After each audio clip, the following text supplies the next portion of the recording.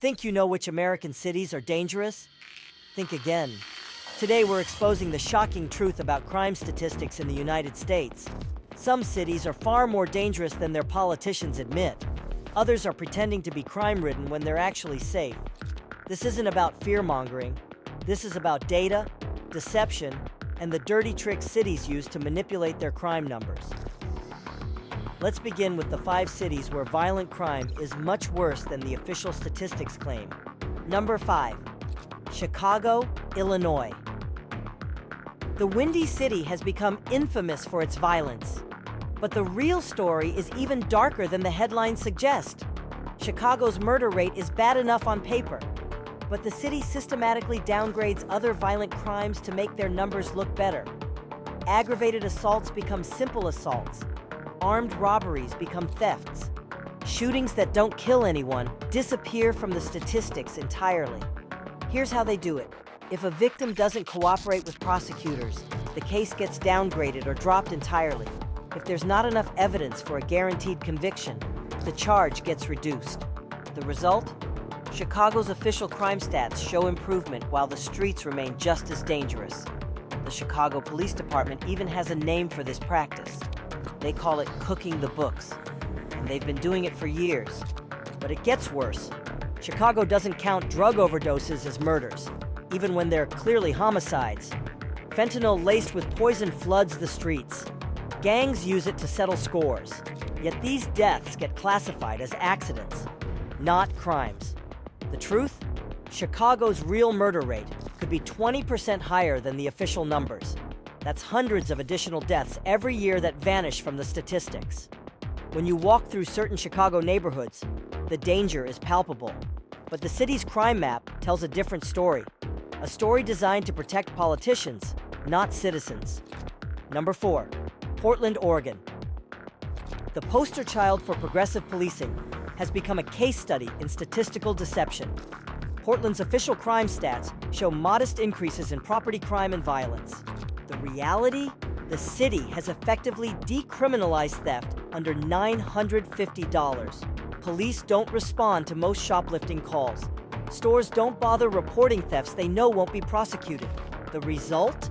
A massive undercount of property crime. Walk through downtown Portland and you'll see boarded-up storefronts and armed security guards. Yet the crime stats suggest things are getting better. They're not. They're just not being counted.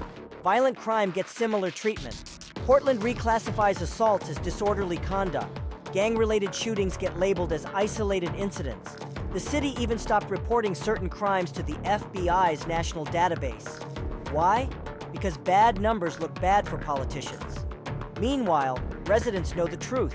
They've installed their own security cameras. They've formed neighborhood patrols. They've given up on the police. Portland's crime stats are a work of fiction. A fiction designed to protect a failing ideology. Number 3. Washington, D.C. The nation's capital runs on 2 things: politics and crime statistics. And they're deeply connected. D.C. has perfected the art of statistical manipulation. The police department routinely downgrades violent crimes to make the numbers look better. Armed robberies become strong-arm robberies.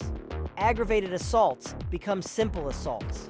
Shootings get classified as property damage if no one dies. The result? D.C. can claim crime is dropping while residents live in fear. The most egregious example? D.C. doesn't count most juvenile crimes in their official statistics, even violent offenses. The city claims this protects young offenders. In reality, it protects politicians. The truth? DC's real violent crime rate could be 30% higher than the official numbers. That's not a margin of error. That's fraud. Walk through Southeast DC at night, and you'll understand the reality. The statistics are lying. The danger is real. Number 2. Memphis, Tennessee. Memphis has a murder problem. Everyone knows it. But even the shocking official numbers don't tell the full story. The Memphis Police Department has entire neighborhoods they've effectively abandoned. These areas don't get patrols. They don't get investigations. And most crimes there don't get reported in the statistics. The result? A massive undercount of violent crime. Memphis also has a habit of ruling suspicious deaths as accidents, overdoses, drownings. Even obvious homicides get swept under the rug. The The real murder rate could be 50% higher than the official numbers. That would make Memphis the most dangerous city in America. Not Chicago, not St. Louis, Memphis. Number 1, Baltimore, Maryland, the king of statistical manipulation. Baltimore doesn't just undercount crime, they reinvent it. The Baltimore Police Department has been caught systematically reclassifying crimes to improve their numbers. Rapes become assaults. Assaults become disturbances.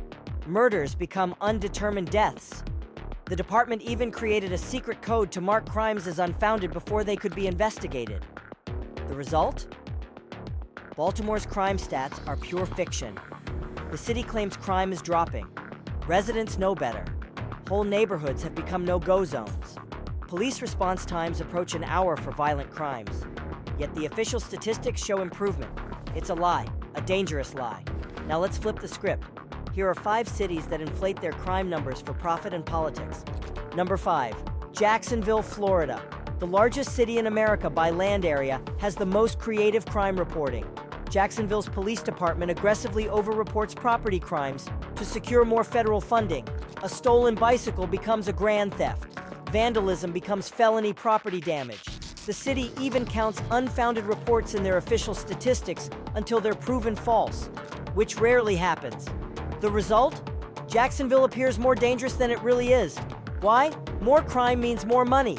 More money means bigger budgets. It's that simple. Number 4, Tulsa, Oklahoma. Tulsa has a crime wave, at least on paper. The reality? The Tulsa Police Department has been caught padding their numbers to justify budget increases. Suspicious activity becomes a felony threat. Noise complaints become disorderly conduct arrests. The department even counts multiple charges from a single incident as separate crimes. One arrest for drunk driving might generate 3 separate charges, all counted independently. The result? Tulsa's crime rate appears to be spiking. Residents aren't actually less safe. The police are just more creative with their accounting. Number 3, Albuquerque, New Mexico. Albuquerque's crime stats are a work of fiction. The police department systematically overreports violent crime to secure federal grants. A shoving match becomes an aggravated assault. A shouted threat becomes a felony intimidation charge. The department even counts crimes that occur outside city limits in their statistics. Why? More crime means more money. More money means more overtime. It's a perfect racket. Residents pay the price with higher taxes and a false reputation for danger. Number 2, Milwaukee, Wisconsin. Milwaukee's crime stats are inflated by design. The police department counts every minor incident as a serious offense to justify their bloated budget. A schoolyard fight becomes a felony assault. A stolen lawn ornament becomes a burglary. The department even counts unfounded reports in their statistics for months before quietly removing them. The result? Milwaukee appears to be in a perpetual crime wave. The reality? The city is safer than the numbers suggest, but safety doesn't pay the bills. Fear does. Number 1, Atlanta, Georgia. The crown jewel of crime inflation. Atlanta's police department has turned statistical manipulation into an art form.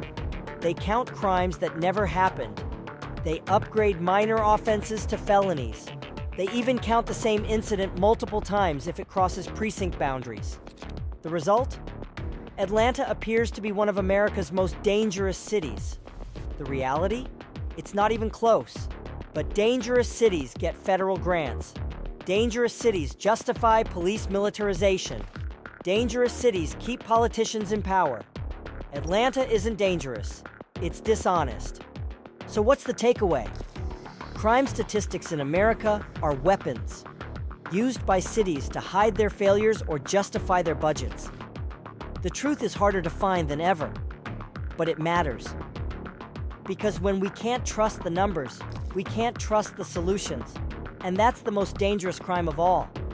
Want more uncomfortable truths about American cities? Smash that like button. Comment which city's crime stats you think are the biggest lie. And subscribe because we're just getting started. This is Red Pin Confidential, signing off.